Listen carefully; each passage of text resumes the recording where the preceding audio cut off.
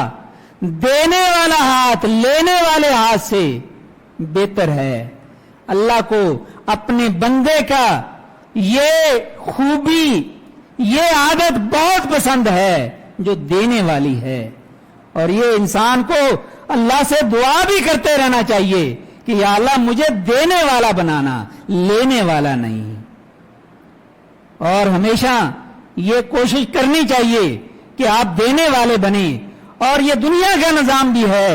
جس چیز کو جتنا آپ خرچ کریں گے وہ واپس اتنا ہی آپ کو زیادہ ملے گی. یہ قاعدہ بھی ہے. تو مال آپ اللہ کے راستے میں اگر خرچ کریں گے تو ویسے تو کم نہیں ہوگا, آپ کو ظاہری طور پر لگے گا, لیکن وہ اللہ تعالیٰ اس کو یا تو اس دنیا میں بڑھا دے گا یا آخرت میں آپ کے لیے, آپ کے نامہ اعمال میں وہ بڑھ چڑھ کر آپ کو ملے گا. ایک حدیث میں آتا ہے کہ اگر کوئی اللہ کے راستے میں خرچ کرتا ہے تو اللہ اس خرچ کرنے کو ایک بچڑے کی طرح پالتے ہیں, بڑھاتے ہیں, بڑھتا چلا جاتا ہے. اور حدیث میں آتا ہے کہ وہ ایک نیکی پہاڑوں کی شکل اختیار کر دیتی ہے جو آپ نے اللہ کے لیے اخلاص سے, اللہ کی خاطر, اللہ کی رضا کے لیے وَيُطْعِمُونَ الطَّعَامَ عَلَى حُبِّهِ مِسْكِينًا وَيَتِيمًا وَأَسِيرًا إِنَّمَا نُطْعِمُكُمْ لِوَجْهِ اللَّهِ لَا نُرِيدُ مِنكُمْ جَزَاءً وَلَا شُكُورًا. اور ہونا بھی یہ چاہیے کہ آپ دنیا کے لیے نہیں, ریاکاری کے لیے نہیں, لوگوں کے لیے نہیں, خرچ کریں, صدقات دیں, خیرات کریں,